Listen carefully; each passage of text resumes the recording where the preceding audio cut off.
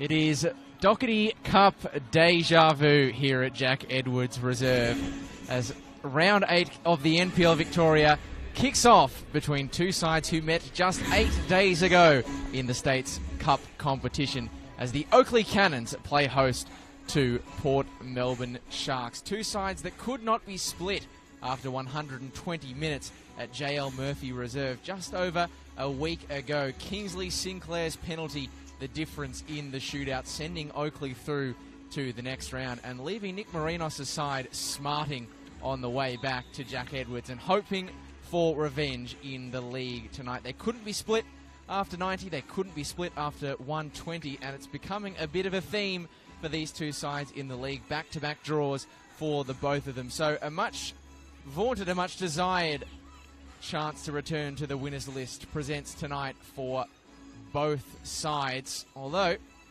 is a Port Melbourne Sharks side who are looking to get their first win here at Jack Edwards Reserve in a long time. They have just one win in Victorian football history here at this venue, have not secured 3 points against the Oakleigh Cannons at Jack Edwards in the NPL Victoria era. A curse they will be hoping to end tonight as Oakleigh look to stave off any tiredness from a short turnaround. Of course, a 1-1 draw for them on the Monday night here at Jack Edwards. That game completed now against Dandenong Thunder behind closed doors, but the fans are back and they're hoping that they can welcome them back with a win as they make one big change in goals that we'll get to shortly.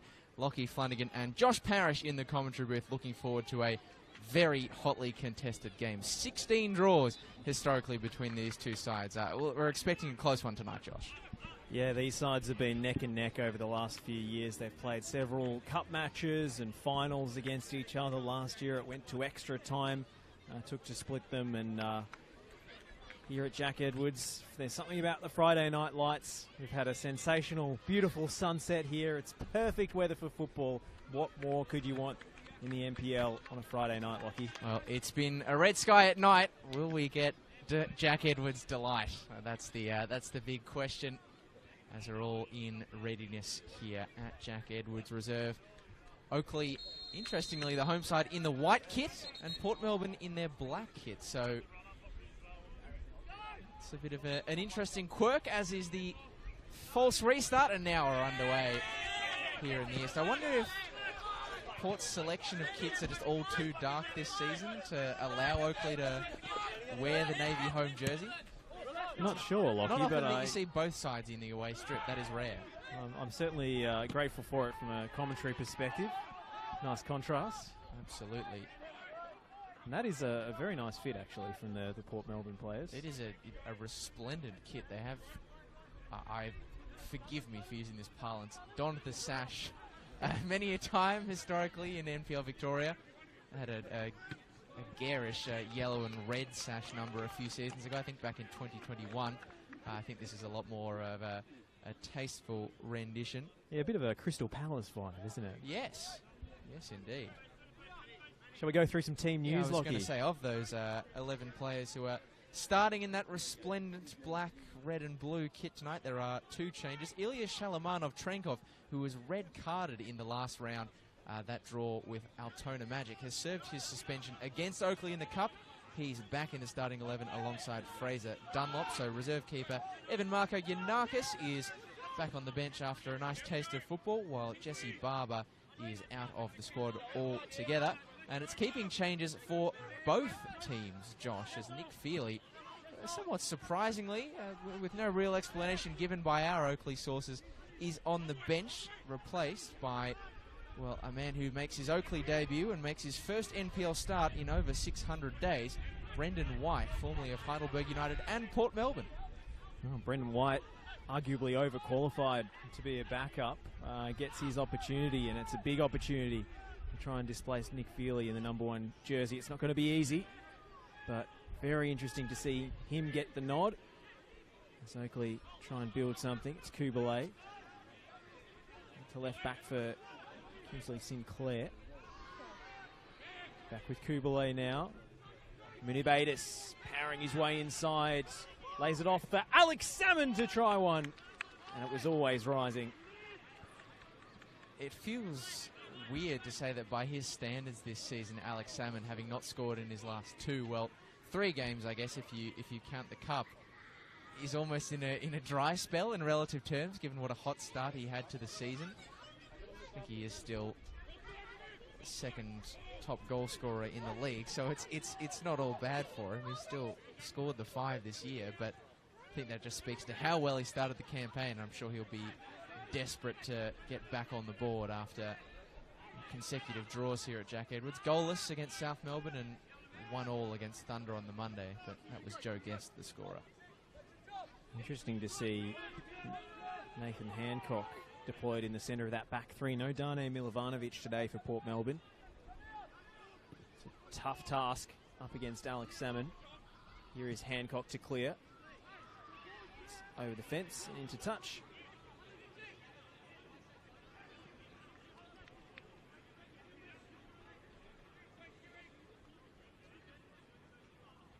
Will be Kingsley Sinclair to restart with the throw.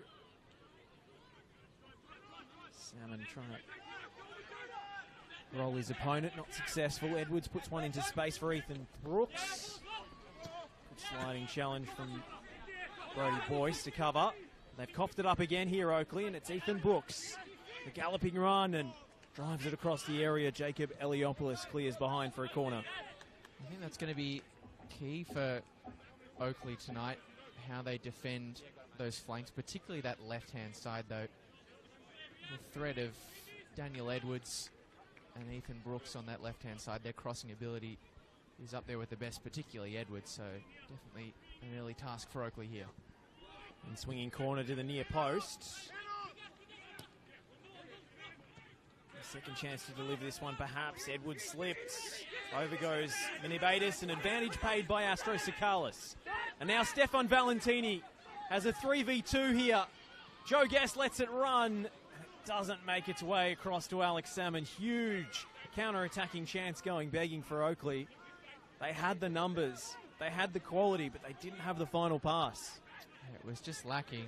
It was more a final no pass there from Joe Guest as he tried to style his way to a Barcelona-esque kind of passing counter movement. But should we say Bulleen Lions-esque? The goal they scored the other week. I resisted, lest people not know what we're talking about. But this is how quickly the Cannons can move. And maybe Minibatis just moved us a fraction too fast on that occasion as he tried to get the beating of the Oakleigh backline as Peters gives chase. Down goes Brody Boyce.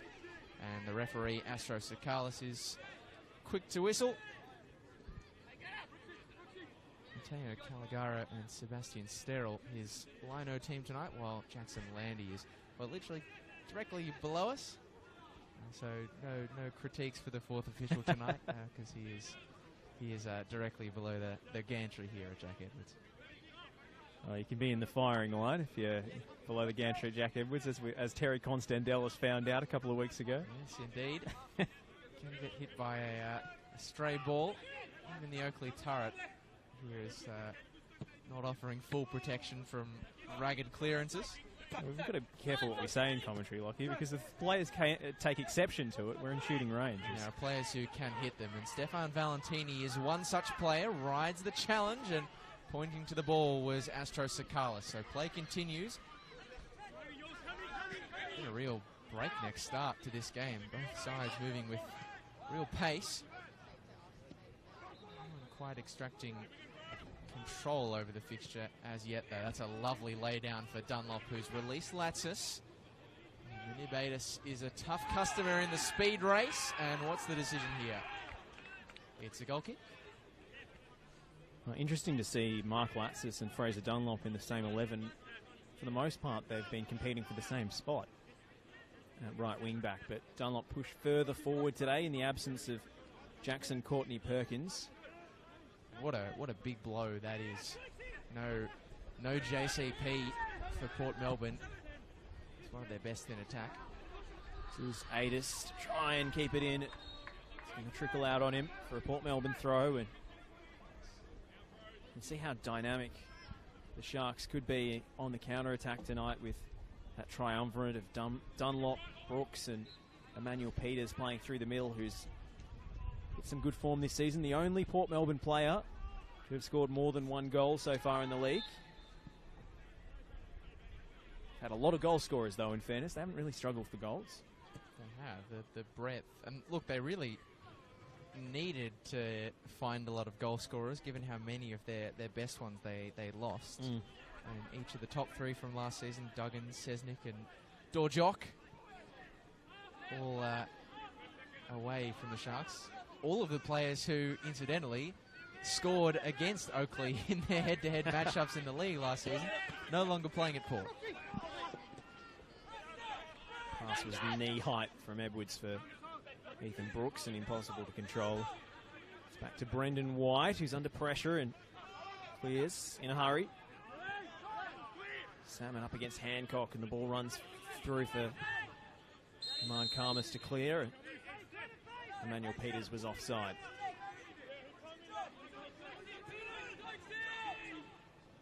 Here's Kubalay.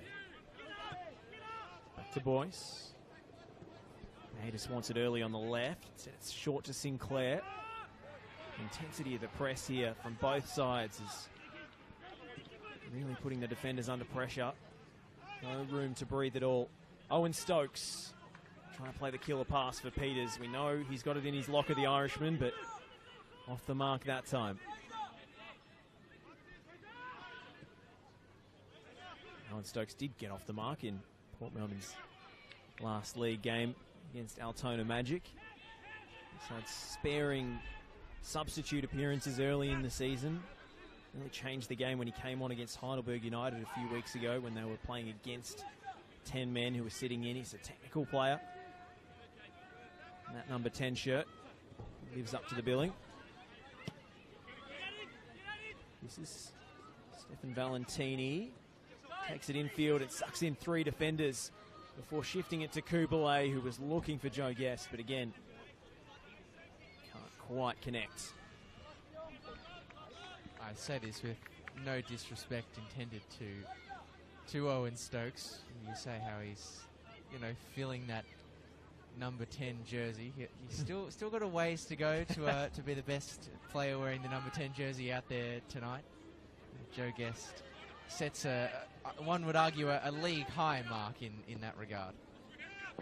Certainly the standard to follow for imports coming over to fill playmaking roles in this competition.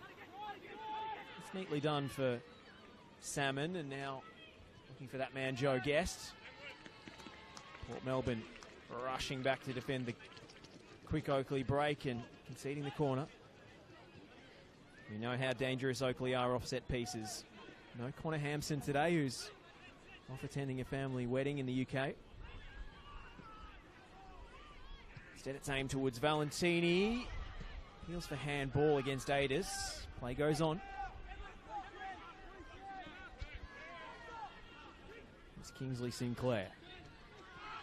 Misses everybody. Now Hancock took a heavy touch, but slid in at the second attempt. Skills to Wellsmore, and now Valentini's in a bit of space. Stefan Valentini, 2 to aim for in the middle. It's turned away from the near post by Nathan Hancock. And Port Melbourne really stretched there. And some atonement there from Nathan Hancock, who, having turned that forward pass over, is able to divert what would have been a potential goal directly from the turnover away, but we know with Oakleigh, when they get a corner, the danger is never averted. Joe Guest's in swinger, almost all the way in. Dan Edwards had to be on his toes at the near post. Recycled out to McGilp, and then Wellsmore swinging away from goal, and the header was on target, but seriously tested Ilya Shalamanov-Trenkov. Valentini again proving himself a bit of a threat in the air. I think it's an element of his game, Josh, that actually goes somewhat underrated, as there's a turnover here, and here is that man, Stefan Valentini. Karmas gets body between ball and goal. Brooks has used his body really nicely too, and the break might be on for Port. drops here for Owen Stokes. Twisting and turning. Jumping it to Emmanuel Peters. Losing a bit of their zip, but still they venture forward. Hancock, deflected pass, and now Oakleigh can move the other way. Valentini, he's got the bit between his teeth early doors, and round he goes by Karmas, driving forward, cutting it into the middle, and getting the job done. Charlie Leach in the middle to keep it clear of, I think, the onrushing Joe Guest, and that is a man who, when he's on your shoulder, you've got to be on your game. It's just when they lose the ball, Port Melbourne, that you fear for them. They've got plenty about them tonight. They are under the cosh at the moment. It's a transition moment where it's difficult for them. It's Guest. It's for the 6-yard box, and it's headed just wide. Goal kick, the verdict off Jacob Eliopoulos. Again, Oakleigh creating great opportunities from the dead ball, as they always do, even without Connor Hampson, who's made it his trademark to ghost into the penalty area. Well, there's not been a heat to split the two sides, but I feel like we did see perhaps the big difference so far in this game just then. I mean, Port Melbourne had a counter-attack and they dallied for a moment, and really that snuffed out the chance they had to actually get in behind the Oakleigh backline. Oakleigh win back possession, they're able to transition themselves, and they have the ball for a corner in seconds. I mean, Oakleigh, that's not a knock on Port Melbourne. Oakleigh are probably the best team in the league at moving with speed in transition. Maybe Avondale have got them covered, but you know, you get the sense even early that could be where the game is won and lost. So Port, when they get those breaks, they have to move the ball quickly. Stokes switching play to Edwards. Brooks is the option up the line instead. He goes infield to Peters. Stokes has time to set himself and pick a pass. It's a raking ball. Latzis can't quite keep it in play, but you can see the ambition and the vision that Owen Stokes has.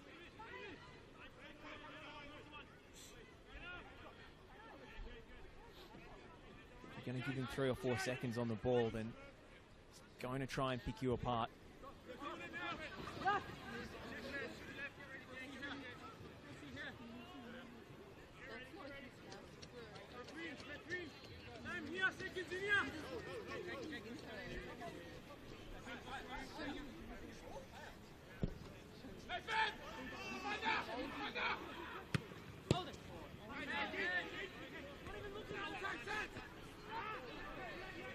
This is Alex Salmon. Port Melbourne playing very compact at the moment.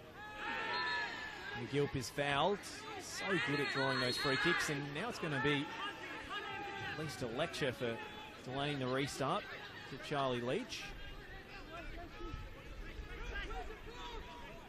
Sakalis giving Leach a final warning, no booking. No cards produced so far in this game as Joe Guest sends a long diagonal for Valentini, headed up in the air and can't connect at the second attempt.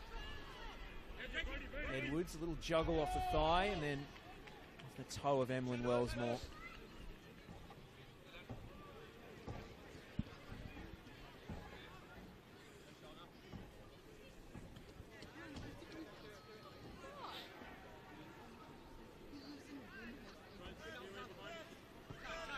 Peters can't connect the Edwards throw. Eliopoulos forced backwards for Brendan White. White looking for Valentini. Flicked on, and it's a real gut run from Alex Salmon to put the pressure on. Nathan Hancock was following him all the way.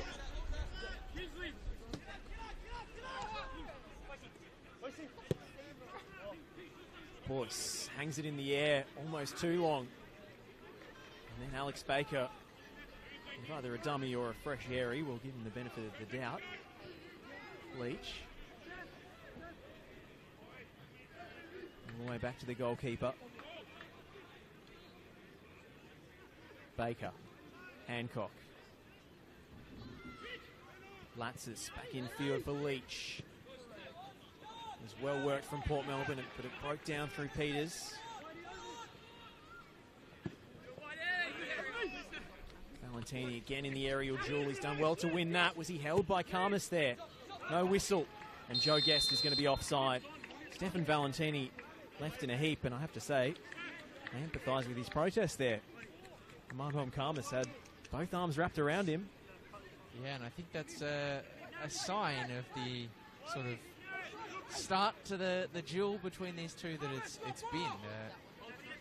Stefan Valentini has proved quite a tricky customer for the younger Marhom Karmas, who is 195 centimetres tall, but you wouldn't necessarily know it from the way Stefan Valentini is doing his best and doing very well, I would say, so far, to match it with him in the air and physically.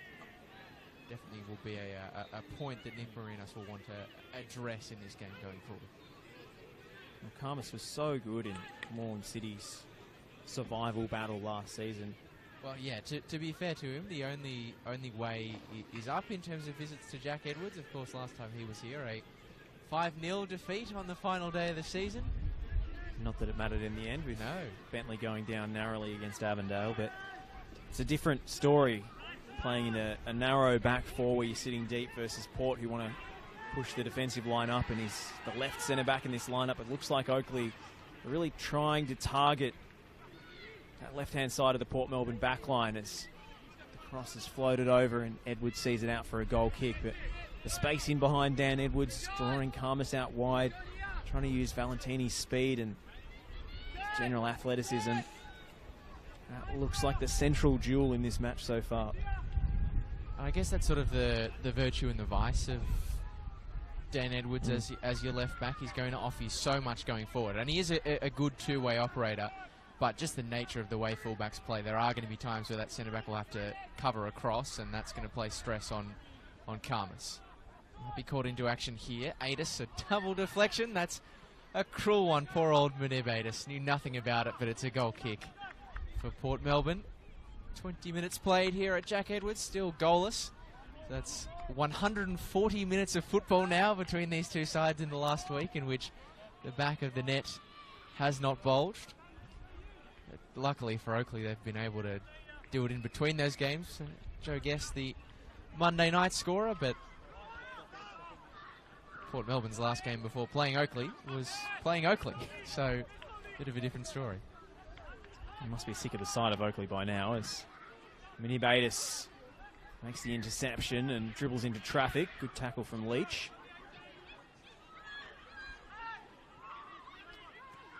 Ball stayed in play somehow. Guest around the corner looking for Adis, who had no right to get to that ball, but you just never know. The acceleration of Munib Adis is something to behold, and Alex Baker had to have his wits about him to clear behind for another Oakleigh corner. These are the moments where Port Melbourne need to focus if they're going to keep this long-running streak of goalless football against Oakleigh running. Guest into the near stick. Salmon heads over the crossbar, and he's too far in front of the front post for him to really have a realistic chance of sending it on target, although he does look pretty upset with himself. High standards. He does. I'll tell you who isn't upset. The Oakleigh juniors behind the goal were near on in a fist fight to see who got the right to return that ball to Ilya Shalamanov-Trenkov so he could take his goal kick. Good to see plenty of juniors back there, and hopefully any moment now Alex Salmon is a lot happier and maybe whipping out a celebration or two with those kids behind the goal. Maybe now. As the ball is on the left-hand side, Valentini has switched wings and clips an inviting ball into the area. It was inventive from Joe Guest, but it was inaccurate from Joe Guest.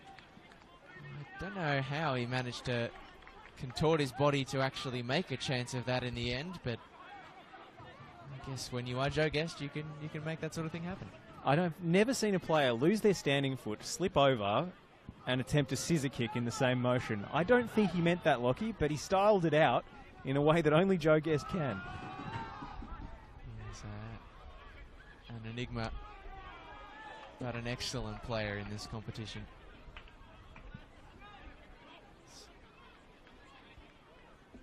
Always a joy to watch under the Friday night lights at Jack Edwards.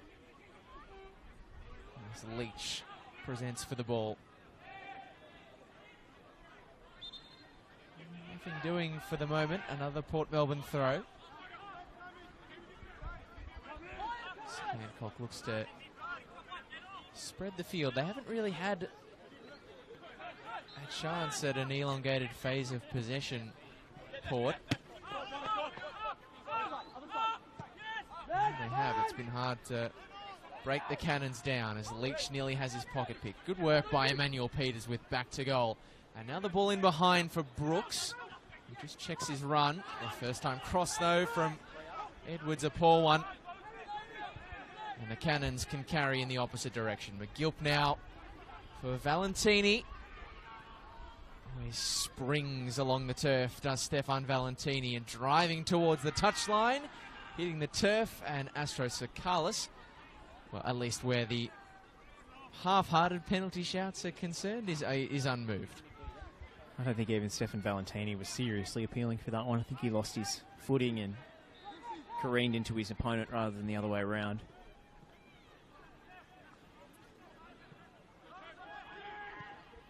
Laid off by Fraser Dunlop, who gets the return from Latsis. And now they can open up Oakleigh. And Dunlop tries the early ball, but Ethan Brooks wasn't ready for it. See, none of these opportunities are registering on the shot count, but they are big chances nonetheless. These missed connections, they have to be more efficient there, Port Melbourne, when they do the hard work to break Oakleigh down with a quick passing combination. When they have that sort of space to operate in, it has to be more efficient. It has to be more ruthless than it has been so far. They've really not tested Brendan White.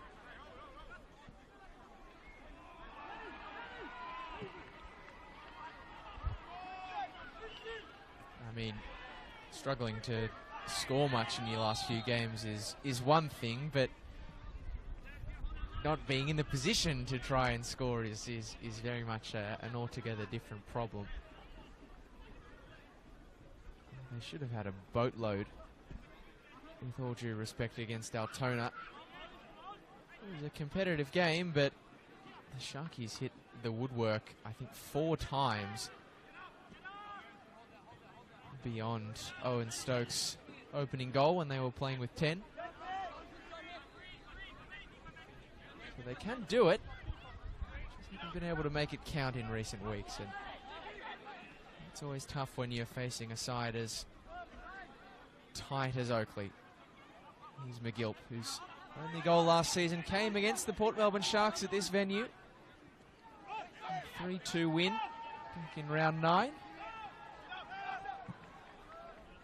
Stefan Valentini, the scorer of the other two, and in truth, he's looked one of the more likely, if not the most, so far in this game. As McGilp gets it moving quickly. No delay. And no letting up from Munibatis. Ambles his way towards goal. Swings it in on the left boot. Was it a cross? Was it a shot, Josh? I don't know. It might have been a bit betwixt and between. But either way, it wasn't the connection that Munibatis would have desired. I love the quick free kick, though, from Cam McGilp. Said before, he's so good at drawing those fouls, and he was so sure of that one. He handled the ball before the whistle had gone. Makes the referee make a decision, and he was spot on to call it. But McGilp springing back to his feet, spotting a runner on the right. Maybe a little bit of pantomime to stumble over, and such a weapon in the midfield. Some of his best work goes a little unnoticed or under the radar. It's Guest. Needs a ball to feed Munibatis down the right, driven across the box, but only as far as Dan Edwards, who concedes another corner. Maybe Oakley's best opening of the game so far came off the head of Jacob Eliopoulos.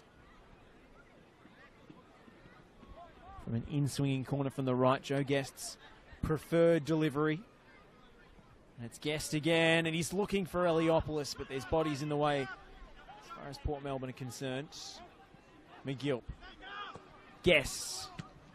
And swinger batted away by Nathan Hancock, and Oakleigh will build again. Wellsmore. McGilp goes over. Number 3, number 4. It's been fouled quite a few times already. It is up there. So intelligent with the way he uses his body, Cam McGilp. Just sucks defenders in all the time. Joe Guest will swing this in towards Shalamanov-Trenkov, who has the frame to command his area. Many a goalkeeper more experienced than he have been outwitted by a dipping, in-swinging Joe Guest delivery. Manholm Karmas rises highest. Owen Stokes knocks it away, and then Kingsley Sinclair with a half-hearted clearance. It falls to Fraser Dunlop, and he finds Emmanuel Peters. It's Manny Peters from the angle, and it rattles the woodwork. A lick of paint away from the opening goal.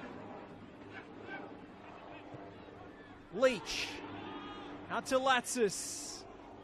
Brandon White dives towards his near post, and there was a touch on the way through. Port Melbourne corner. Well, that's the closest we've come to a goal, and Emmanuel Peters hit that with some ferocity, Lockie. Absolutely thwacked the ball towards goal, but Port Melbourne must be starting to wonder what they've done in recent weeks. They must be sick of the sight of the frame of goal. I mean, in their last 2 league meetings, 5 shots against the woodwork. Painful, painful stuff, but a great counter from Port. Edwards, 2 arms in the air. And he aims for the near post. Valentini, Stokes. Hit it on the half volley. Latsis will try one, but it was as much a clearance as a shot, I think, from Mark Latsis. Just had to get it away from danger. May as well have a pop in the process. But that's the blueprint really for Port Melbourne. That's them sort of. I don't want to say taking a leaf out of Oakleigh's book, but the minute that chance to transition and get it moving presented, they didn't delay, they didn't hesitate, and it led to a chance of real quality for Emmanuel Peters. You would argue it deserved more. The goal frame very unkind to Port's number 35. It's a bit of a cheapie for the Port Melbourne defence. All a sign of a well-marshalled offside trap, Lockie. Depends on your perspective. There's two ways of looking at it. There's only one way of looking at it for Alex Salmon. That's disappointment. Baker and Hancock have a little game between themselves, and the quick release for Peters has been made to look pretty good by the speed of the Port attacker. Stokes picks up the pieces, the Irishman. And he just ran out of real estate. The 27-year-old.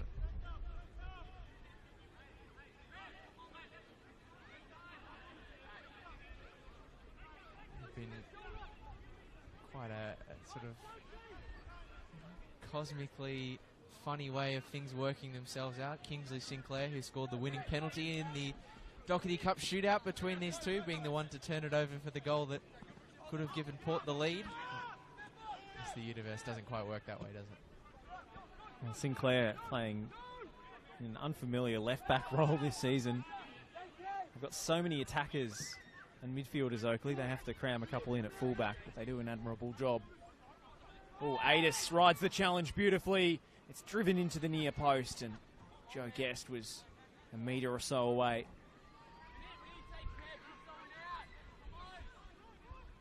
Emmanuel Peters is such an electrifying player. His first side goal in the match, and produces a strike of real venom and quality. Not far away. You mentioned, Josh, the fact that he's Port's only multiple goal scorer this season. I think what flies under the radar about everything you just said, which I definitely agree with, is this is his first season actually in the top flight of Victorian football. He's obviously tasted top flight competition with New South Wales, or in New South Wales with the likes of Sydney Olympic and Marconi. But since he's come to Victoria, he's been at Kingston, Dandenong City. you know, he's been in the second tier, Manningham United as well. And he's been very good in the second tier, but he is really relishing the chance to test himself in the first division of this state. McGill finding the ball once more. It's proved a pretty easy task for him so far. Wellsmore. And now Kubalay gets the eyes up. So too does Sinclair. And the left-footed ball into the area is easy pickings for the towering frame of Ilya Shalamanov-Trinkov. Brooks ran out of road, but Owen Stokes was able to win back the ball for the visitors, who filtered to the far side and run into the same problem as Stefan Valentini has Paddock ahead and swings the ball into the area. It falls for Joe Guest, who hesitates to shoot. Now Adis cutting onto the left, and Edwards was in the right place at the right time. Kubalay lines up, and that'll be another for the Oakleigh juniors to chase. And in fact, I'm not sure if you can see that from this distance, Josh, or the good folks watching at home. That ball is stuck in the tree. Well, luckily we have a gaggle of very enthusiastic Oakleigh juniors who are now scaling the fence to get it down. A helpful adult has come over with a spare ball to knock it out of the tree. Game of rugby over there. I must say I'm a little bit disappointed. Credit the craftiness of the kids to climb the fence, but I'm disappointed we didn't see like a kids on shoulders making one very large kid to grab the ball. Human pyramid. Yes, that sort of thing. You know, providing plenty of entertainment so far. The juniors behind the net, as is the game, even if it is in quite a tactical way so far. For the last game in the Cup and now first 35 minutes in the league is anything to go by. Two sides who are really well drilled against one another. But a big break here for the Cannons. Joe Guest onto the left, and that is what Joe Guest can do. What a finish from the Englishman, who loves a goal against the Sharks. And the Cannons lead with a bullet strike from Joe Guest. Could not hit that any better. Joe Guest, sensational, up where the Spiders live. After he passed up that shooting opportunity a few moments ago, I was wondering, what's up with Joe Guest? Has he left his shooting boots in the rooms? Nope. Joe Guest's left foot is the best left foot in this league. And he shows why yet again. It was so quick, so neat, so well drilled from Oakleigh when they won the ball. McGill into Salmon, the layoff, and the way Guest creates space for himself. It's an example to every young player watching on. And what an angle you had of that if you were watching it at home. You couldn't be better placed to watch that one sail into the top left, but yes, the best. What did you refer to him as, Josh? The best left boot in Victorian football? Is that the term? I think so. Well, we can workshop it, but that's the long and short of it. In any case, if you know it better than the Port Melbourne Sharks, that is the 5th separate occasion on which he has scored against the Sharkies. That one, I mean, I can't rattle off all of the 4 previous goals off the top of my head, but I'd say that would be one of, if not the best. That was a cracking finish. Even by his standards, that was a very good goal.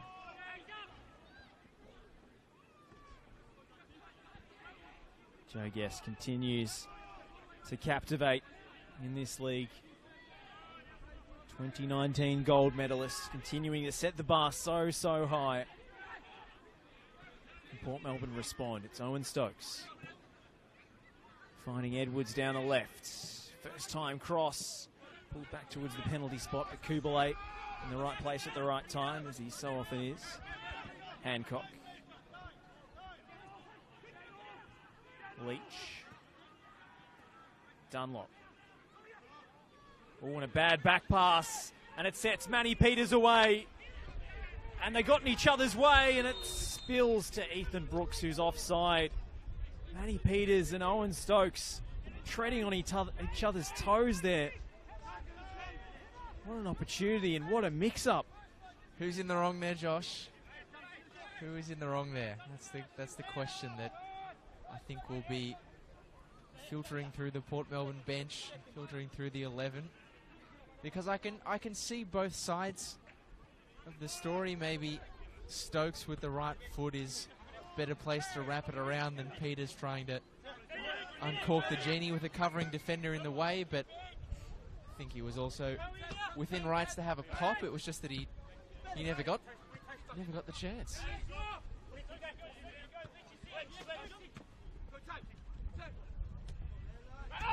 Cough up from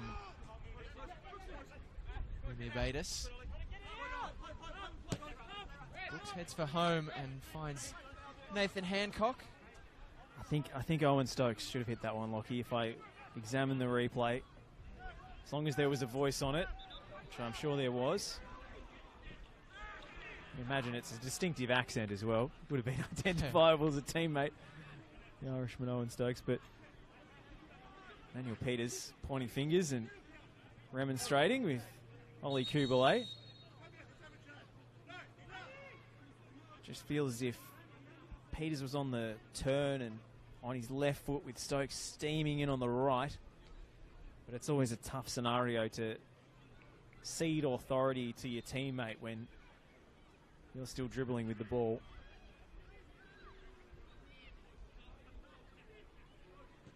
In swinger from Edwards. Oh, it's off Alex Baker and over. He got a good sight on it.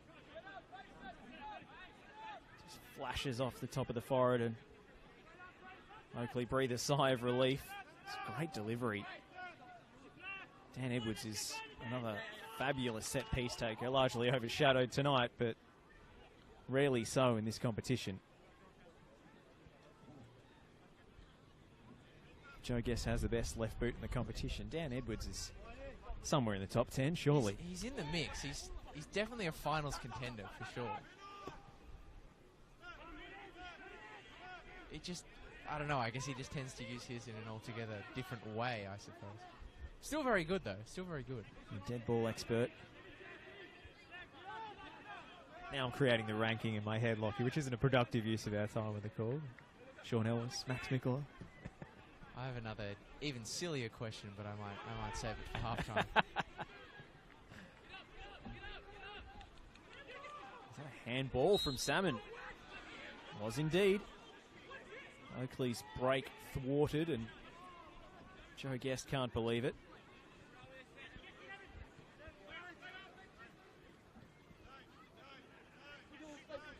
Five minutes of regulation left in this high-octane first half at Jack Edwards. Baker steps around Adis, springs it into space for Mark Latsis, who was in stride but couldn't keep it in. Just heard a phantom whistle from the crowd, Lockie. I think that might actually have been not the 20s, the back pitch, not the 20s game, but certainly a juniors game on the second pitch here at Jack Edwards Reserve that might have caught a few out. Maybe some at home, but definitely some in the turret. So don't be alarmed. We've still got 5 more minutes of regulation time plus stoppage to come in the first half, separated by 1 goal, and a very good goal at that from Joe Guest. Managed to win that aerial duel. Now McGilp picks his gap beautifully for Valentini, who's in behind. Stefan Valentini blocked by the Port Melbourne defence in the nick of time. Shalamanov Trenkov was beaten. The Port back four managed to get the job done. Superb from Baker there, bailing his goalkeeper out as the flag goes up on the near side. Alex Baker just made himself big. Stefan Valentini desperately unlucky. What a solo goal that would have been. And what an assist it would have been as well for Cam McGilp, if my memory serves me correctly. There's a hamstring problem for McGilp, which will be a worrying sight for the Oakleigh bench. And immediately, former Western United youth player Noah Holmes sent to warm up. Hopefully this is nothing too serious though for McGilp, because he's been up there with the best in this game so far. Trying to stretch it out, see what they can do. So Medico gets on. I mean, Oakleigh have, again, I don't have the statistical, sheets to hand, but I would say that they've played more football than any other team in the league so far this season. Obviously, the 2 games that have had to be replayed for varying reasons against Altona and Dandenong Thunder. 3 games in the space of the last week.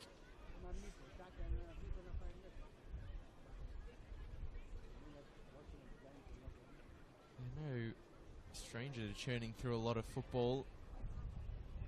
They often make runs in the Australia Cup and the finals, but there's always the risk that it takes its toll, and worryingly, if you're of a Cannon's persuasion, it looks as though Cam McGilt might be the player upon whom it is taking its toll. As he heads to the touchline, we'll keep a cautious eye on the bench, Josh, as Noah Holmes continues to get himself primed for a potential introduction. I mean, he is walking off, Cam McGill, but still clutching at that hamstring area, so definitely one to keep an eye out for. Yeah, he'd be concerned indeed. I think he's going to give it another go, it looks like. Maybe just try and get through to half-time, and then they can make a further assessment then.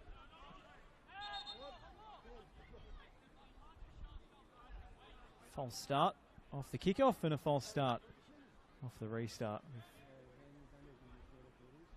Need a starting gun in this game. Whoever's operating that fake whistle on the back pitch, perhaps. It's a long one from Shalamanov-Shrenkov. Cam McGill back into the mix. Hancock, heavy touch. Here comes Salmon. Feeds it in behind, looking for Adis, and Alex Baker covering again.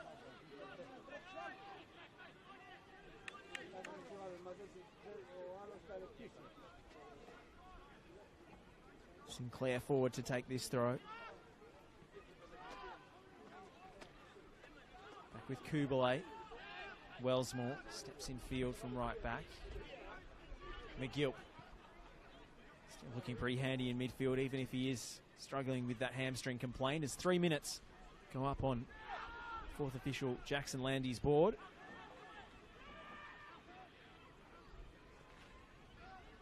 Adis slings that cross in, but straight into the first defender.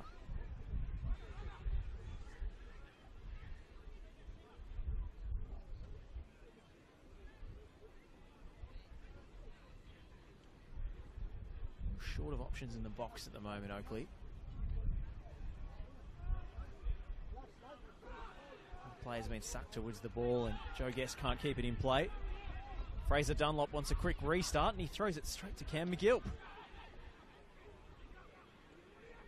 Sinclair.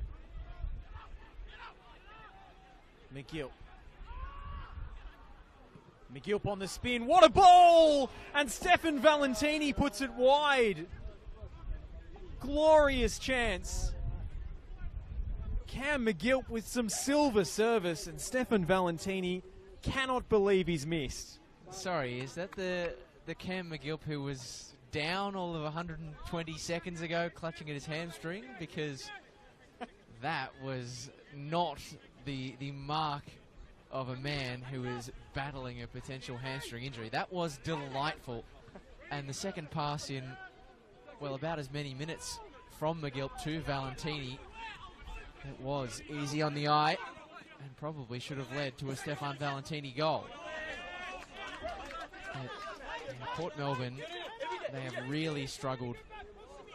Well, I was going to say, Lockie, we've seen Amir Abdallah feign a hamstring injury into a dance in a goal celebration. Did we just see the equivalent in live play? Yeah, perhaps. I mean, Amir Abdallah didn't go for the full medical treatment, but I mean, maybe Cam McGill was more method. Respect for his commitment to the bid, if so. Salmon on the move, drives it in. Hancock has the measure of the cross on this occasion.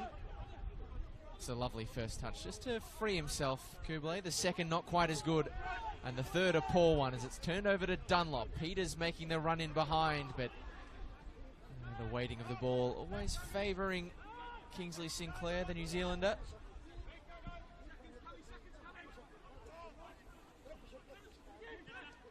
Valentini lurking again. So over to Wood Salmon. Baker attacking it. Can Wellsmore find an avenue? He does. McGill lining one up. Cam McGill. It's straight to the goalkeeper.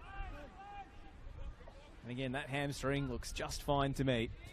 Yeah, and that point you raised earlier on in the first half, Josh, about how Cam McGill uses his body off the ball to create a chance was on full display there, and it has been those little half moments of quality when it has counted that proves the difference as the two sides head into the sheds. And what a moment of quality it was after 45 minutes played from Joe Guest. A searing strike into the top left corner, postage stamp into the upper Benjamins, and that is the goal that separates the sides here. I mean, Port Melbourne have been in the game. They have had their chances. They could, on a different day, have been in the lead had Emmanuel Peters' early strike off the underside of the crossbar broken the right way of the line.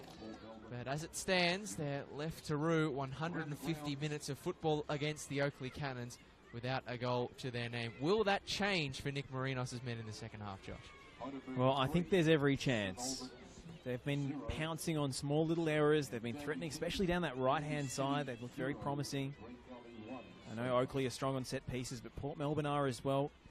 They will have chances in the second half to spring in transition, but can they keep Oakleigh out at the other end is the question while they go for the game. And Oakleigh, we seem to have so much quality. Again, McGill went off holding his hamstring again at halftime, so we'll wait and see if they resort to a substitution at the break. But given what he dished up in the last 5 minutes of the half after he came back on after treatment, I mean, either he's got a particularly high pain threshold or he should be okay. So we'll take a short break here on the NPL Victoria live stream, but all to do for Port Melbourne. It's been a scintillating game so far. Two really high caliber teams going at it end to end at Jack Edwards. Stay with us in round 8. The halftime score, Oakleigh Cannons 1, Port Melbourne Sharks 0.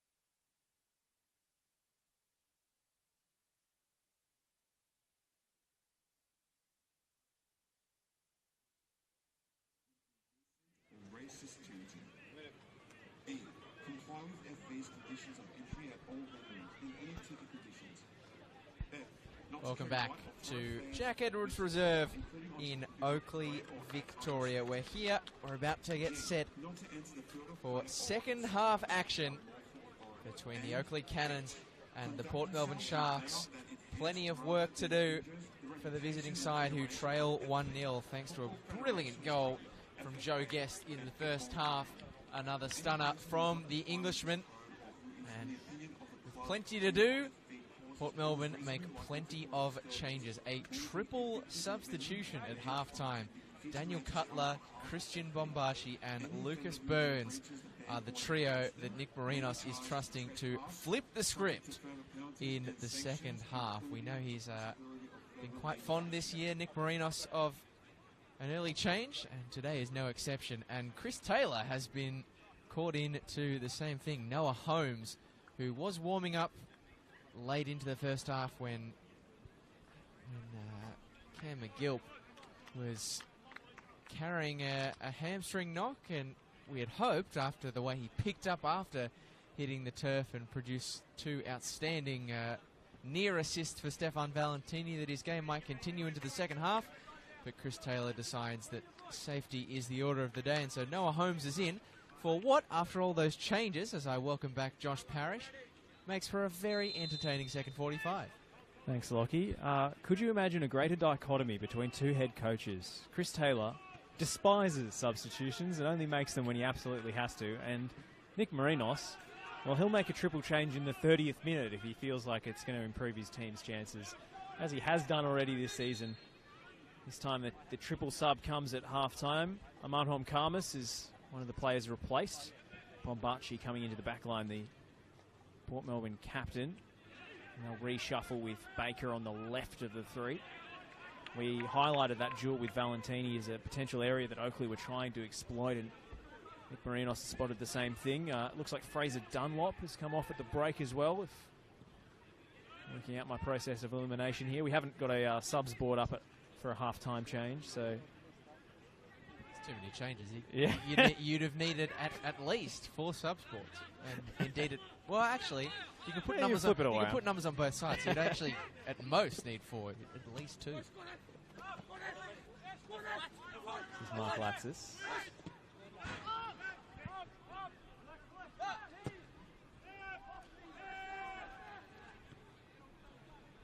And is that Ethan Brooks who's come off as well? I would say so.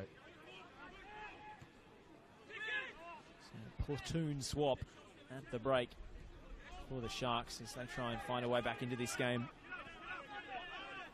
Nick Marinos is never going to die wondering when it comes to influencing the outcome of matches. Bombachi hooks out of play. In all honesty, Josh, I think it's something that Nick Marinos, as a first-time senior head coach, deserves tremendous credit for. I mean, substitutions are seen as a risk. I'll hold that thought for a second here. As Valentini, a beautiful flick, but unfortunately for him, Edwards equal to the task. And now Oakleigh are going to get a free kick, so a yellow ticket dished out by Astro Sakalis, and Lucas Burns, one of those halftime substitutes. His first involvement is to head into the book. But substitutions are often seen as a risk, especially to make them early. But Nick Marinos isn't afraid to throw caution into the wind, and there are experienced coaches in this league who would be afraid to pull the trigger so early. But he does not hesitate. Well, one thing you can never accuse Nick Marinos of is lacking confidence or belief in his own decisions. And Lucas Burns showing studs in that challenge, so this is very much Joe Guest territory.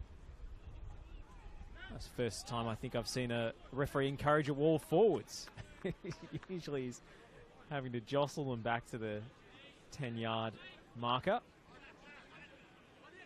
Emlyn Wellsmore is lurking in the vicinity as well, but this certainly looks like a Joe Guest special. 4 in the wall for Port Melbourne. What can Guest produce? It's off the wall and behind for a corner. And Emmanuel Peters needs a moment after being struck in the head at some velocity by a ripping Joe Guest free kick. I don't envy him. So, Josh, just while we've got the chance, just to put it in context, that is now the 6th time that Nick Marinos, or the 6th player, sorry, that Nick Marinos has made a substitution either at or before half-time. 16 before the 60th minute. Joe Guest in swinger. It's dangerous and flashes across the area off the Port Melbourne head. 16 players before the 60th minute, and some of them have been injury related, but some of those have also come on and then come off. It's been really fascinating. Well, coaches come up in the era of 5 substitutes, and I think you're going to see that mentality more and more with young coaches saying, why shouldn't I use all the options available to me while they can actually have an impact? And you've got coaches like Chris Taylor who are a bit more old school. He brought up a big milestone, Lockie, recently. Is it 600 games in the top flight? I believe it was. Unbelievable record. What a legend of Victorian football CT is. This is Guests. Pick out a teammate in the box. Send it off Bombarchi and away. Stokes. Off the outside of the boot and finds Emmanuel Peters. Goes down the line for Lucas Burns. Burns well marshalled by Kingsley Sinclair. That's a lovely little touch from Joe Guest. Sometimes it's the ripping strikes into the top corner, and sometimes it's the little things, Lockie. It is. And he's just that perfect foil of style and class to this Oakleigh team, who are all very good individual players, but many of whom, they just seem to go about their business with just a minimum of fuss, you know?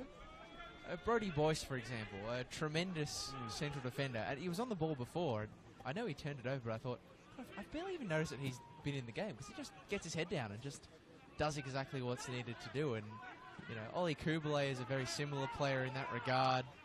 Ken McGilp can be like that sometimes too, even though he's no longer on the field. All those players just doing the hard work that allows Joe Guest to be the jewel in the crown, I suppose. Here's Edwards for Port Melbourne. And Emmanuel Peters dropping off the front line to collect. Peters down in a heap after the challenge from Kubalay. Play goes on through Alex Salmon. Bombarchi sliding in. Strong challenge. Burns. Back to Bombarchi. Peters limping. Back into an onside position. Noah Holmes with the header. Owen Stokes coughs it up. Now Joe Guest looking for Adis. Good interception from Mark Latsis. It was a little heart and mouth for just half a second there as the ball ricocheted towards Alex Salmon, but Ilya Shalamanov-Trenkov comfortably got there first.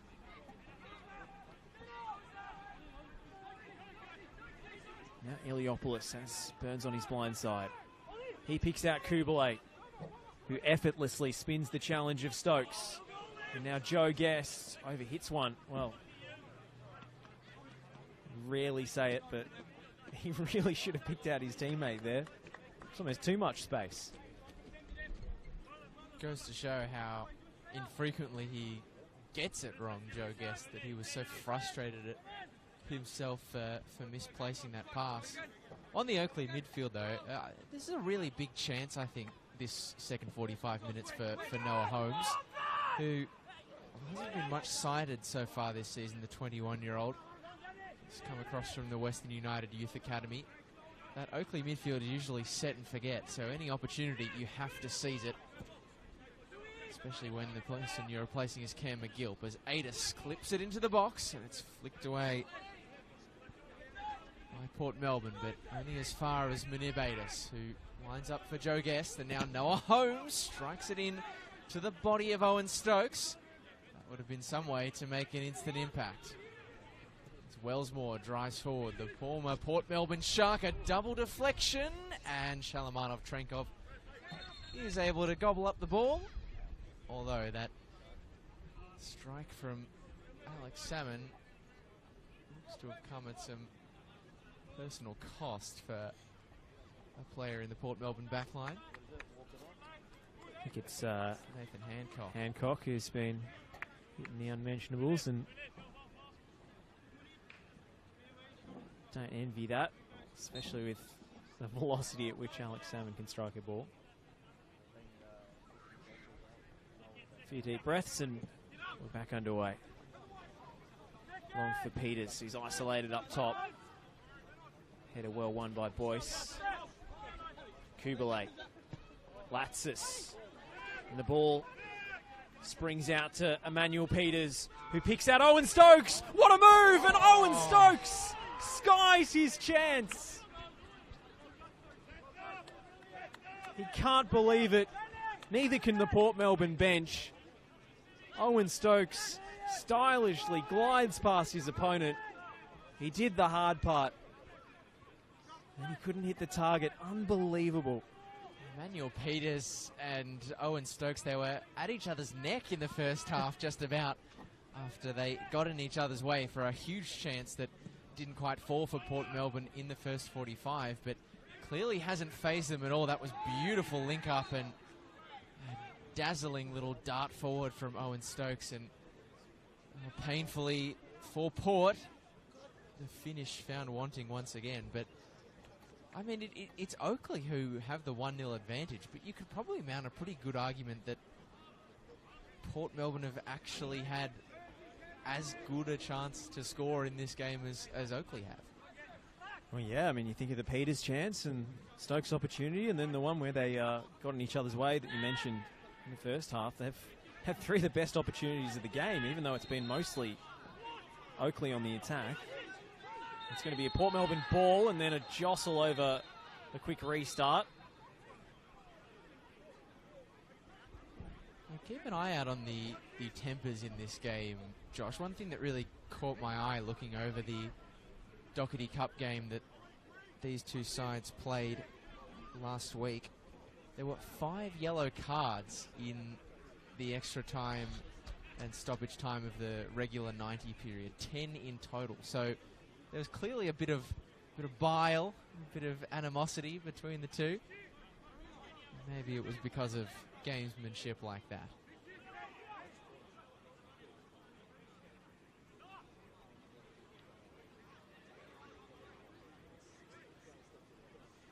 Well, perhaps the Oakleigh players can consider themselves fortunate for staying out of the book after they blocked the restart there. You've got to accept the referee's decision. You can't manhandle the guy who's trying to take the free kick. Oh, trying to take a quick free kick underneath the wall. The trick routine doesn't quite work out, but here's Stokes again, who's brought down again. A little closer to goal this time, and Emlyn Wellsmore the offending party. Again, Oakleigh quick to stand on the taker, and they know all the little tricks that help them protect these leads. Be tough when you're 1-0 down at Jack Edwards.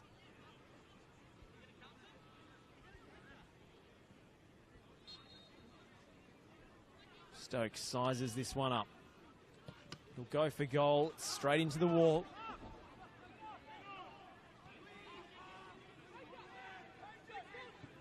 Baker, Latsis. Now Daniel Cutler. And Hancock, who stayed high. Centers it for Stokes. And it's a comfortable stop for Brendan White. Just scuffed it. Just out of his reach. It just was slightly lacking in its conviction, but on the basis of the opening 15 minutes, you can't say the Port subs haven't worked, but this is the danger as it's clipped in from Adis. Knocked away by Bombachi, and he had to get it away because Alex Salmon was eyeing up a tap in, and you would have put your house on him burying that. But that is exactly what's going to be the problem. For all the positivity of movement and energy that those subs have brought for Port, the Cannons will always be so threatening and forceful on the break. It is up to the Sharks to find a leveling goal between now and then. So you imagine if this pattern repeats without Port being able to find the net, a second on the break is just an inevitability for Oakleigh. They're definitely matching it in this game at the moment as it's launched over the top for Cutler. He's able to keep it alive. It's a first-time cross, which did, unfortunately for him, break all the way out of play before he could wrap his boot around the ball. Shall I update you with some scores from around the grounds, Lockie? Fire away, Josh. Okay, I'll start with Dandenong City 0, Green Gully 1 at the break. Okay, well, that's an interesting result. Mo Adam leading. Bentley Greens down to 10 men in the second tier. And Eastern Lions lead. And Heidelberg United 6, St Albans 0. St Albans playing with 10 men. Oh boy. Just an hour gone in that game over at Olympic Village. 6-0. Kane Shepherd hat-trick, 2 goals for Josh Pinn. And Leo Marzis bagging the opener. Deary me. Are there more goals to come here as Wellsmore checks inside, a deflection and a second goal for Oakleigh. Emlyn Wellsmore gets the Cannons breathing room with a goal against this former side and a stroke of fortune to make it 2-0. Port Melbourne devastated by that. They'd started the second half so brightly, but in their eagerness to get back into the game, they were always going to leave gaps. And Emlyn Wellsmore, his trademark run from right fullback, he's so good on both feet, Wellsmore, and they threw bodies in front of the ball, so they know he can score from that sort of territory, even on his left. And it's an unfortunate deflection that squirms past the helpless Iliam Shalamanov-Trenkov in the Port Melbourne goal. And Oakleigh, they're just so lethal, they're so ruthless. And Port Melbourne haven't been tonight. 38 appearances for the Sharks and now a goal against them.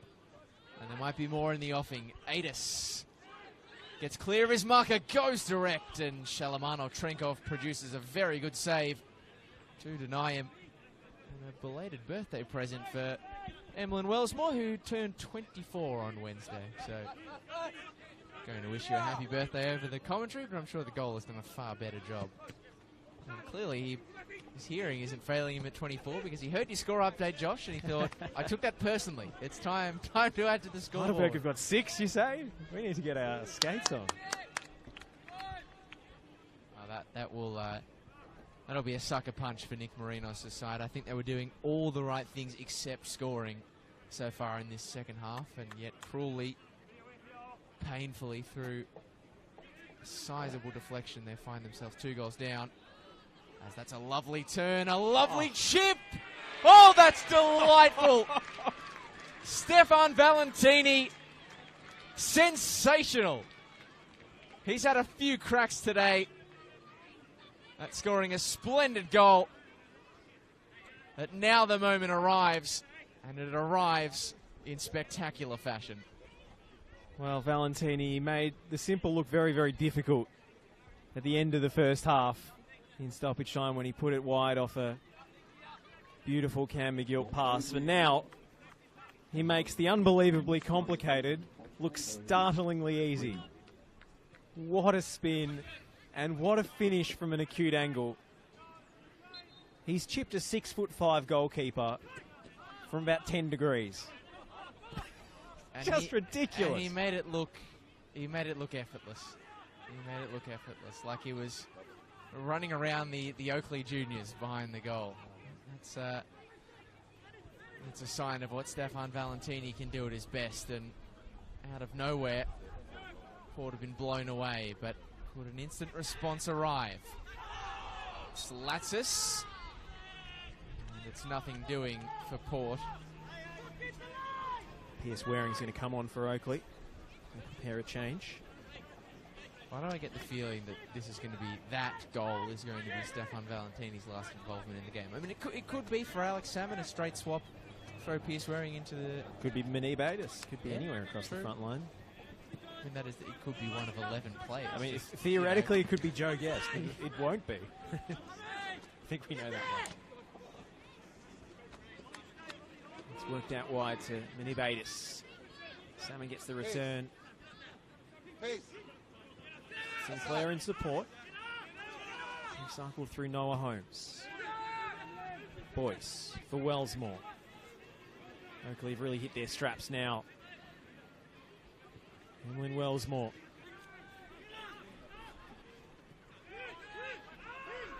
More patient build up this time from Oakleigh. Sinclair. Holmes. Back to Eliopoulos. Well defended by Port Melbourne so far. They forced Oakleigh backwards, but Oakleigh can bounce on these second balls and really hurt you. Noah Holmes skips past the challenge of Latsis. Little dink ball to Adis is intercepted. Still be alive for the Cannons. Latsis gets a foot in, puts it into touch, and we'll have a double change. Then comes Pierce Waring and Asad Kasumovic. Manib Adis will be withdrawn. And so too, Alex Salmon. Coming off. You were right, Josh. You were right. Stefan Valentini stays on, and so too he should after a goal like that.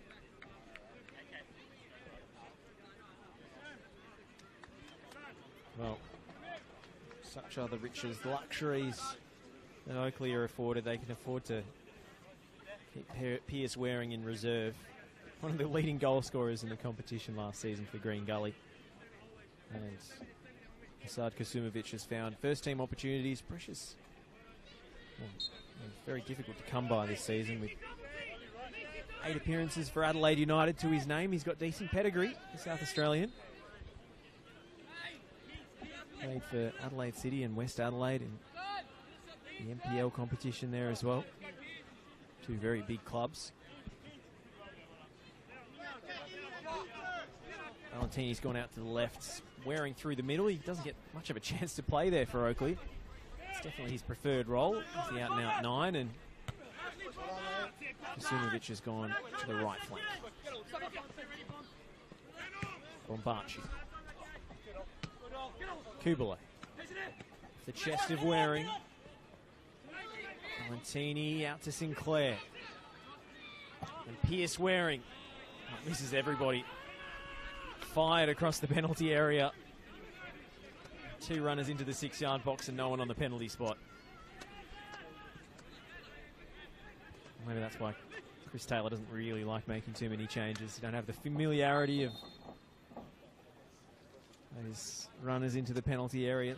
They seem to get right so often as there's an injury concern here for Port Melbourne. I'm sure we've had this discussion, debate many a time before, Josh, but and I make it with the caveat that, you know, I don't have 600 games of Victorian footballing coaching experience to my name like Chris Taylor, but I do have to say, if my bench options were as good as Chris Taylor's, I would actually quite like making subs, just personally.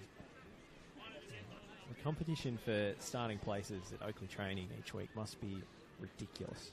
And there's definitely, I mean, they've been one of the best sides in the league for 2-3 seasons now, so there's definitely a value, a merit in the approach. I mean, it can leave some serious quality. I'm not sure if out in the cold is the right terminology, but certainly finding first-team football few and far between. I mean, think of some of the players they've had on that bench over recent seasons. Chris Lucas, Wade Decker, who was again a second top goal scorer in the league despite not being a regular starter that year. Multiple hat-tricks, a 4-goal haul. Daniel Clark hasn't always been Daniel a regular Clark, starter. a player who was in and out of the side in his time here. I mean, the list goes on, but it's a very extreme, I guess, look at it in terms of having a very defined 11 and backups, and it doesn't change unless there's a real force for it, but it works. Oakleigh have won it back off the injured Owen Stokes. He's returned to the field of play and immediately coughed up possession. Guest switches on for Sinclair. Great first time pass to find Valentini. Stands up, Bombachi in. Goes at the Port Melbourne captain. Ball into the near post was one Pierce Waring couldn't reel in. And now Port can break through Cutler. See manhandled there by Oakleigh. Yellow card for Oakleigh's number 19. He felt the Port Melbourne attacker was leaning into him rather than the reverse. Don't know how you viewed that decision, Lockie. It was maybe a line ball one. I'm not sure. I think it was there. I think Cutler was clever in his use of the body. I think whether or not the challenge worthy of a yellow card for Ollie Oakleigh, perhaps that's another question, but could always have been for an accumulation of fouls against the Oakleigh midfielder. They do tend to rack up a few sort of niggly ones throughout the game.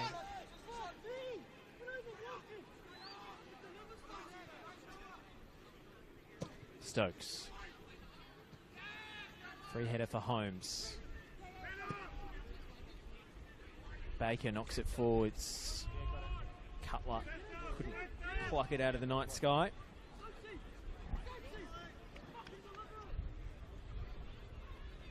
You can see the frustration really setting in now for Port Melbourne. Stokes having a few words with his teammates. They must be surely, Josh, starting to wonder if they're just cursed at Jack Edwards reserve, because before 2-0, before 3-0, there were plenty of chances to get into the game, but historically it's just not a place, Jack Edwards reserve, that they like coming to. They've never won here in the NPL era. In fact, it's nearly been 11 years to the day since the last time they tasted victory. The only time they tasted victory at this venue. Back in the VPL 1 days, round 2 of 2013. 3-1 win. Kamal Ibrahim and Christian Sarkis for the Sharkies on the score sheet. The fact that I'm even mentioning those names in Sharks colours puts into context how long it's been and how difficult they found it a place to come and get 3 points. Ooh, interesting back pass, and Shalamanov Trenkov. Well, he tried to go for the header, nearly careened into his own goalpost. He's ended up in the side netting. Well, you can't really blame Shalamanov Trenkov there. It was an awful spoon back pass. Not often in this KB you're left speechless, Josh, but that was about as close as it gets. Joe Guest to the near stick. Hancock gets a foot in. Leach. Couldn't find Burns. Cutler in strong on the challenge. Sinclair couldn't make contact as the ball trickled over the byline. Now Andrew Mezzaruni will be summoned. 20 minutes or so left to influence this game, and Emmanuel Peters, who's been a peripheral figure for a while now after he picked up a knock, comes off and trudges to the bench. Desperately unlucky not to open the scoring in the first half. Desperately unlucky not to have an assist in the second. And how different a game does that feel? That massive chance for Owen Stokes, who put it around his defender and just blazed away with a lot of goal in front of him to work with. Well, Mezzaruni somehow kept that in. Back for Cutler. Noah Holmes brings Valentini away on the break. Bombachi repels the danger for now.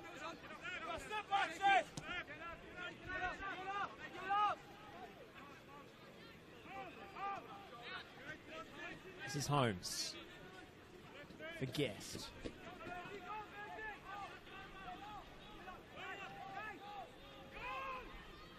Brendan White trying to play his way out, asking a lot of Kingsley Sinclair. Latsis has him hemmed in. Bombachi for Mezzaruni. Not a lot of presence in the box at the moment. Stokes held on to it too long, and Joe Guest was nipping at his heels there, and what a ball that is from Guest. to find Stefan Valentini. 1v1 against Bombaci. Glides past him and strikes straight at Shalamanov-Trenkov. That ball was moving though. Stefan Valentini is really in the mood now. Dan Cutler. To Leach, who's brought down. And Joe Guest will happily concede that free kick as likely shape up again.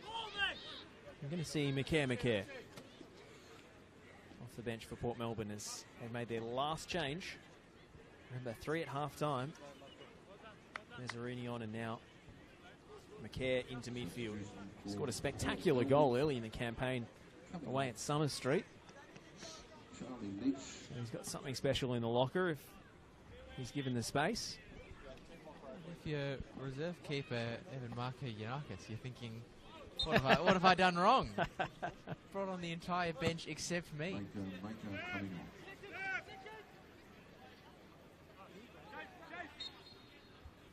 He's had quite the footballing journey, has McCare. Played Victory Youth, Dandenong Thunder, 3 caps for the South Sudanese national team, and has even appeared for a couple of clubs over in Europe, including Flat Earth FC in Spain. Oh, Flat Earth FC. It's actually no longer called Flat Earth FC, I'm disappointed to tell you.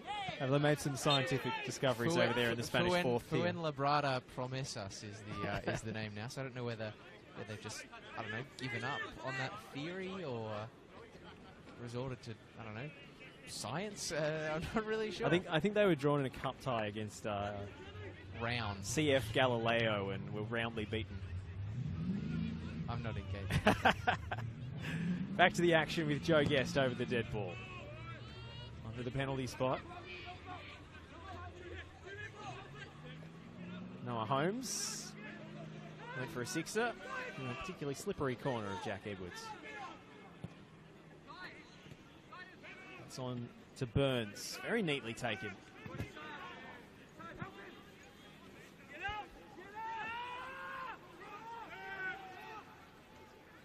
Comes to nothing for the Sharks though. Hancock's headed down. Holmes for Pierce Waring. It's a great ball to find Stefan Valentini, who's in on goal again. And it's saved by Shalamanov-Trenkov. The rebound cleared by Baker. And Port Melbourne live to fight another day. Stefan Valentini could have had a hat-trick today.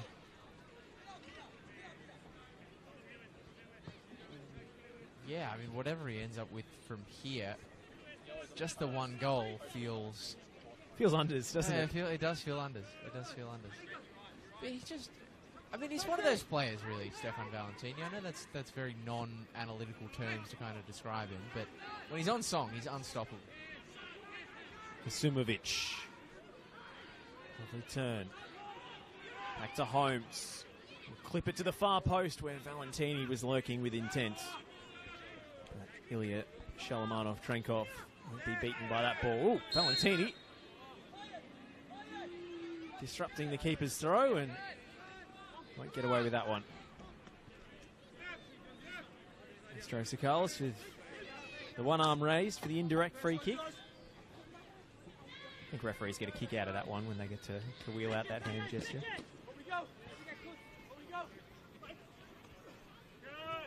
Flicked on by McCare. Sinclair. Valentini collected by Bombaci, who's not happy with the call.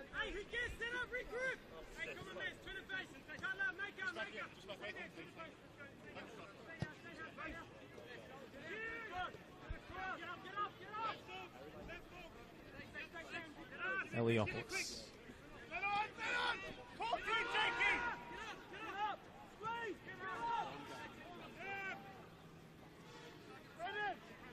Brendan White.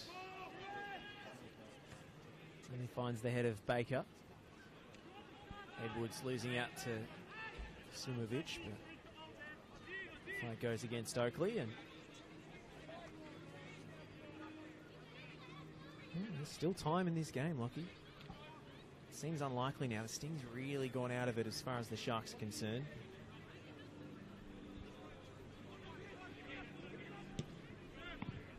If they get one back soon, it's certainly a possibility.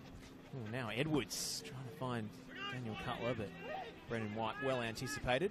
And having said that, you do just feel like, particularly after the third, but definitely after the second and the nature in which it was conceded. I mean, the third one, you just got to hold your hands up and say, you know, Stefan Valentin is a footballing genius. But the second one was just really hard luck and not much you can do. And that just took all the momentum that the substitutions had brought into the Port Melbourne attack.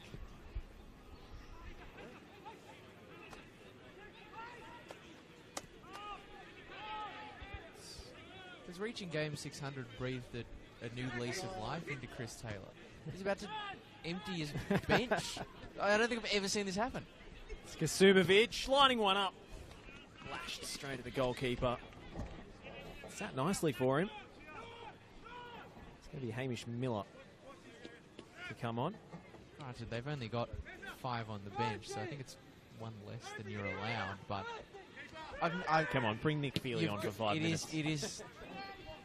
Look, for those who aren't as au fait with NPL Victoria history as us in the gantry, go and buy a Tats Lotto, because all the subs coming on doesn't happen often from a Chris Taylor side. This is Kasumovic. Arrows one straight into the Oakleigh bench.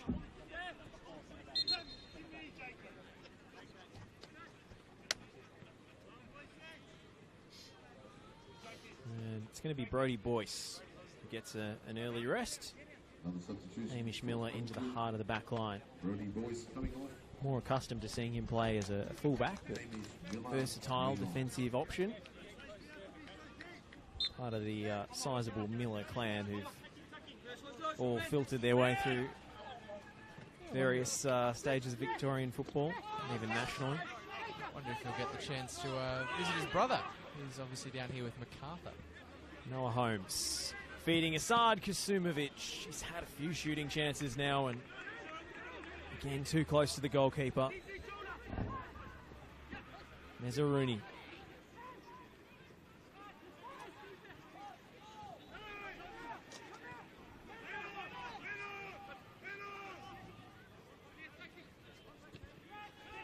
Turned over by Stokes. Did well to track back and get a foot in on Joe Guest. Now Latsis is the option on the switch. Harrowed ball finds him. Up against Sinclair and running out of real estate, but does well to win the throw.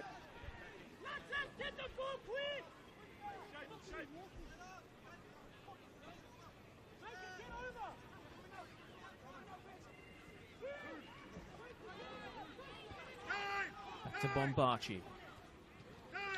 Hancock. Hancock's delivery. Flashed away by the head of Hamish Miller. Now Burns. With some trickery in tight spaces and bursts down the left-hand side of the box to win a corner. The other thing to remember with Port Melbourne, Josh, is that they're a pretty young team. I mean, I think Owen Stokes might well be the oldest player in the 11 at just 27 years of age. These are the tough nights that I think young sides sometimes have to come out stronger on the other end. Ooh, Brendan White's going up in a contested football in the 6-yard box, and whistle goes his way. A really interesting decision now for Chris Taylor, who, as we've mentioned, usually prior to this night doesn't like to tinker with the starting. I mean, now that he's brought every outfield player off the bench, maybe all bets are off, but he doesn't like to tinker with the starting 11 all that much. He's made that change to bring in Brendan White, and Nick Feely, who looked like he was locked back in. The man who was his reserve keeper to start the season has now kept a clean sheet and not really had that much to do. Yeah, you can't fault Brendan White's performance. Hasn't put a foot wrong. Hasn't had too many spectacular stops to make. Most of Port Melbourne's nearly moments have been off target or onto the woodwork.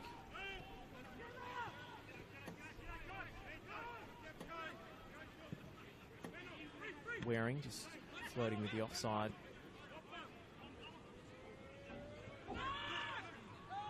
Bombachi. Beautiful pass into Cutler. Kasumovic was alive to it, and that's a raking switch.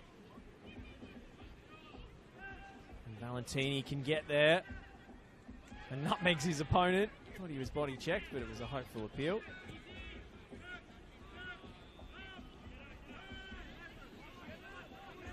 I feel like Port Melbourne are lacking an out-and-out striker at the moment. Maybe Jesse Barber could come in.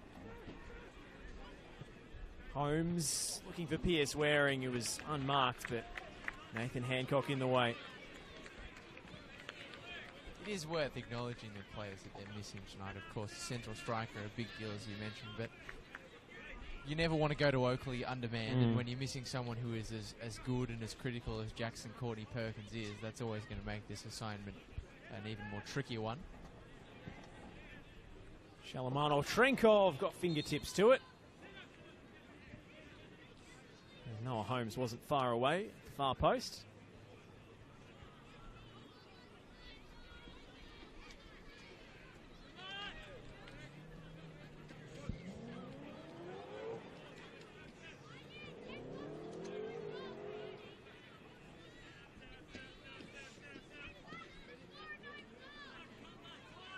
Oakleigh have feasted in this second half. Can they grab another bite at the buffet?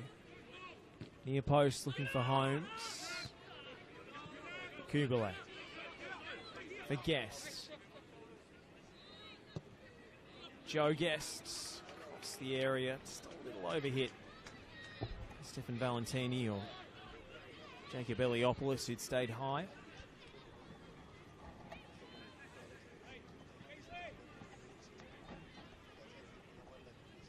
Well, as it stands, Oakleigh will stay third with Heidelberg's big win tonight against St Albans.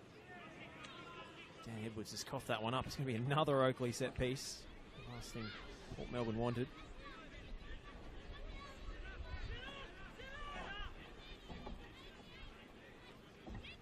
And the Sharks, for the time being, going to stay where they are in 6th place. Guest slips as he takes it, but it's still a good delivery, and Shalamanov Trenkov has to stretch to punch it.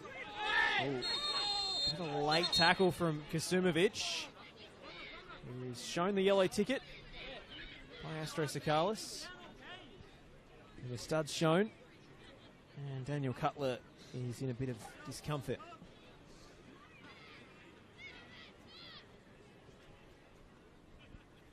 Dandenong City still a goal down against Green Gully at Frank Holohan Soccer Complex. Mo Adam, the scorer there. If Dandenong City had won tonight, and they still could, 20 minutes left to play there, they would have leapfrogged Port Melbourne, and the Sharkies would have been looking in on the outside of the finals places, but looks like results have been kind to them elsewhere.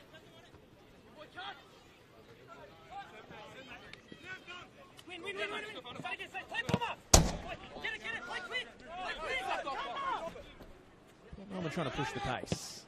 Stokes. Oh, that's a breathtaking ball. Finding Daniel Edwards. Now it's Lucas Burns. Drifting his way inside. Clip ball for Cutler. And it's McCare to strike, but Eliopoulos well positioned to block. Kasumovic, was he taken down there by Bombachi? Was. Another yellow card as the game gets a bit stretched.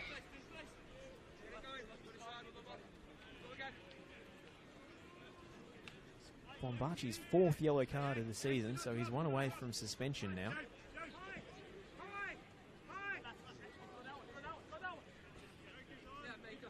I feel like history, if the scoreline is to end 3-0, will be quite unkind on Port Melbourne in this game. Well, we have spoken a lot about the Port Melbourne nearly moments, and not nearly enough about the Oakleigh nearly moments. Could have been more even if Valentini converted once or twice, or Kasumovic even has had a few shooting chances. I think it's the timing of those nearly moments of Port, though, that make it all the more painful. Like, let's not lose sight of the fact that really their two biggest chances came to make the game 1-0 Port Melbourne, make the game 1-1 against Oakleigh minutes before Oakleigh made it 2, and then in quick succession 3-0. That Owen Stokes miss really looms large as the what if for the Sharks and for this second half. Edwards motors down the line, looking for Mezzaruni, but Oakleigh defend their box well. It's Burns to the byline. In fact, it was Stokes, I should say. He'll take the corner himself. And it's short to Lucas Burns. Edwards. Quick ball back. And it misses everybody into the side netting. That's a disappointing end product. After a really promising build-up, but Lucas Burns on his left foot couldn't find the right angle. As we tick towards the 90-minute mark. Going to have 4 minutes at it.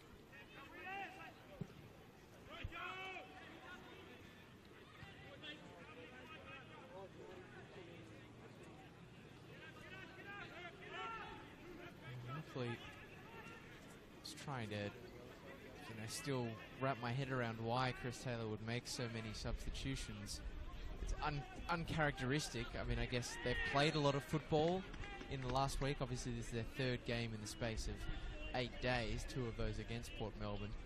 But the other reason becomes a lot more clear when you look to what it will be the 5th consecutive of a run of 6 straight home games here at Jack Edwards next week.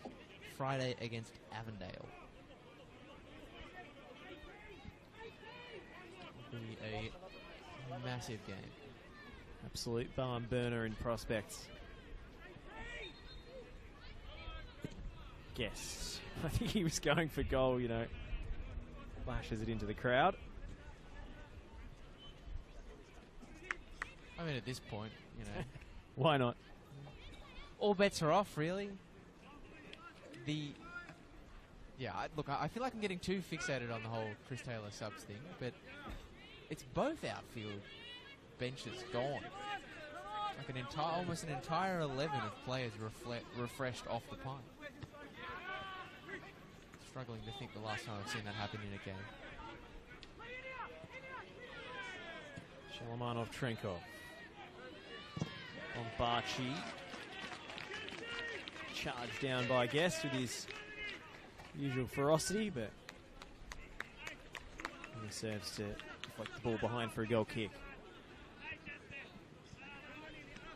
On the other hand, for Port Melbourne, an interesting game in a very different way back at home.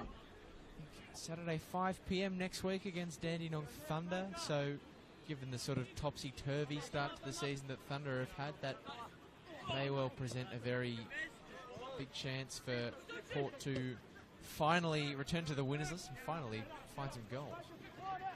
See if they can find a consolation here. Burns. Stuck in a 2v1. Back heel blocked. Still manages to keep possession as McCare knocks it back to Stokes.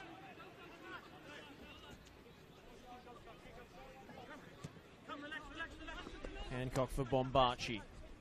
Latsis couldn't make contact, and Sinclair seizes on the miss, and now Joe Guest running through 50-50 with Alex Baker, and he won't get the call he's looking for. Joe Guest really thought he was fouled there. Thumps the turf in frustration. That's how fierce a competitor Joe Guest is. He's 3-0 up at home. 3 points all but secured. He scored an absolute belter, and he's still livid that he doesn't get the chance to take a penalty for 4.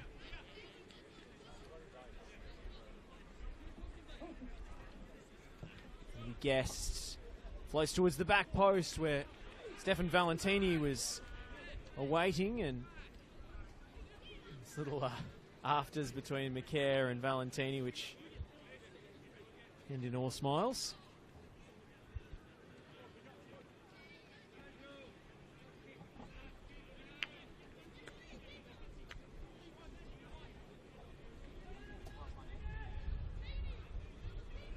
And this will be it.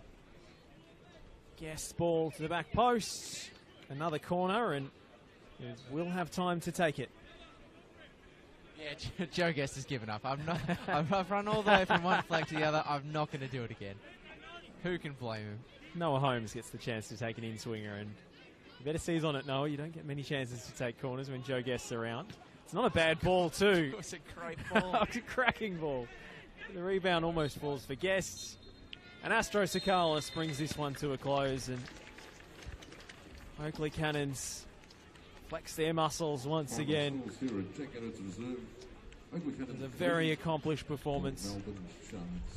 Those sliding doors moments will be eating away at Port Melbourne tonight as they think back on this game. Daniel Peters rattling the crossbar. Owen Stokes jinking his way through the Oakleigh defence only to sky his effort. Unguarded from 14 yards or so out. A superb opening goal from Joe Guest set Oakleigh on their way. Valentini should have made it 2 on the stroke of half time, but in the second half, Oakleigh made good on their chances, and Emlyn Wellsmore with the backbreaker, cutting inside from the right, and his deflected strike, leaving Ilya Shalamanov-Trenkov helpless. And then the third was just a party piece from Stefan Valentini, twisting and turning on the byline, spinning his marker and chipping Shalamanov-Trenkov from the most narrow of angles. Lockie, it's Oakleigh's quality on full display as they maintain third place in the league. It certainly is. Don't let the fact that they've had so many stop-start sort of games this season fool you that Oakleigh aren't one of the big boys in the competition once again this season. I think they've flown under the radar because of that a little bit, but we got a reminder of just how fearsome their attack is tonight at Jack Edwards. I mean, plenty of chances to score, plenty of chances to get goals, and the ones they did get were highlight reel, with the exception of one very hearty deflection. But, you know, this is a Port Melbourne side who have taken some of the other strong teams in the league, Heidelberg, for example, and taken a point, albeit that was at home. But, yeah, watch out for Oakleigh this season for sure. I think that's the takeaway message. But for Port Melbourne, who just off the side of screen at the moment on the right-hand side are currently in a huddle. Nick Marinos is giving an elongated team talk. The Phil Brown style on field. The Phil Brown style. They're just standing rather than seated. Should stress, because you don't have the pictures at the moment. A night of what ifs, really. I think plenty of promise, plenty of chances created. They just couldn't make it stick in the crucial moment. And as I said, it's a young squad. 27, the oldest player in the team. There's plenty of development to come on this journey, and it might feel painful, it might sting now, but these are the kind of frustrations you have to go through, the teething issues that help you get closer to the top. Well, they've come up against one of the best teams in the competition, and the final scoreline makes for rather uncomfortable reading, but this young Port Melbourne team showed flashes of their potential tonight. It's been a pleasure to have your company, Lockie Flanagan. I've been Josh Parrish. And you, Josh. And you. Thank you, Lockie. And the final score here at Jack Edwards as we wrap up this night of Friday night football is Oakleigh Cannons 3, Port Melbourne Sharks 0.